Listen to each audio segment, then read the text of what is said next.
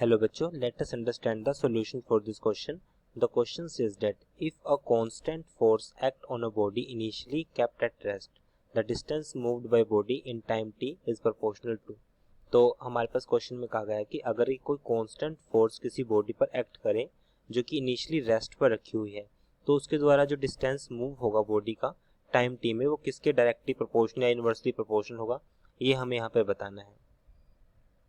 तो फर्स्ट सबसे पहले हम इसमें जो की कंसेप्ट हम इसमें यूज़ करेंगे, उन फॉर्मूलाज को यहाँ पे यूज़ करेंगे, वो ही यहाँ पर लिखते हैं की कंसेप्ट। की कंसेप्ट में हम देख सकते हैं कि इनिशियली एट रेस्ट, अगर इनिशियली रेस्ट होगी तो इट मीन्स उसकी जो इनिशियल वेलोसिटी होगी डेट विल बी यू। ये हमारे पास क्या है, उसकी इनिशियल वेलोसिटी, वो हमारे पास हो जाएगी जीरो, क्योंकि वो स्टार्टिंग में रेस्ट में है। और इसमें हम काइनेमेटिक इक्वेशन यूज़ करेंगे S that is equals to U T plus half A T square. ये हमारे पास उसके लिए एस के लिए जो कि डिस्टेंस है, तो यहाँ से एस की वैल्यू हमारे पास हाफ ए टी स्क्वेयर हो जाएगा। तो इन पॉइंट से हम देख सकते हैं कि जो एस है हमारे पास वो डायरेक्टली प्रोपोर्शनल हो सकता है टी स्क्वेयर के। इन पॉइंट से हम देख सकते हैं, बट यहाँ पे क्वेश्चन की सेंस के अकॉर्डिंग हम चलते हैं। सो कांस्टेंट फोर्स, यहाँ पे क्वेश्चन में क्या कहा गया है, कांस्टेंट फोर्स है।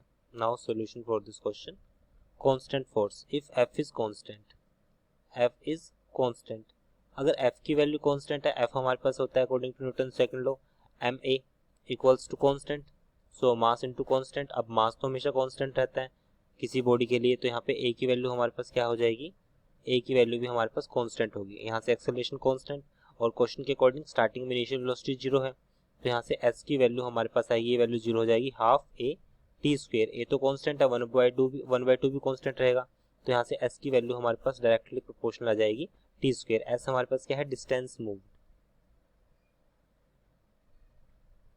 एस हमारे पास है डिस्टेंस मूव। सो इन सभी पॉइंट्स को देख के हम कह सकते हैं कि जो हमारे पास ऑप्शन बी होगा वो राइट है, hence option B is right. So option B is right. I hope you understood this explanation. Thank you.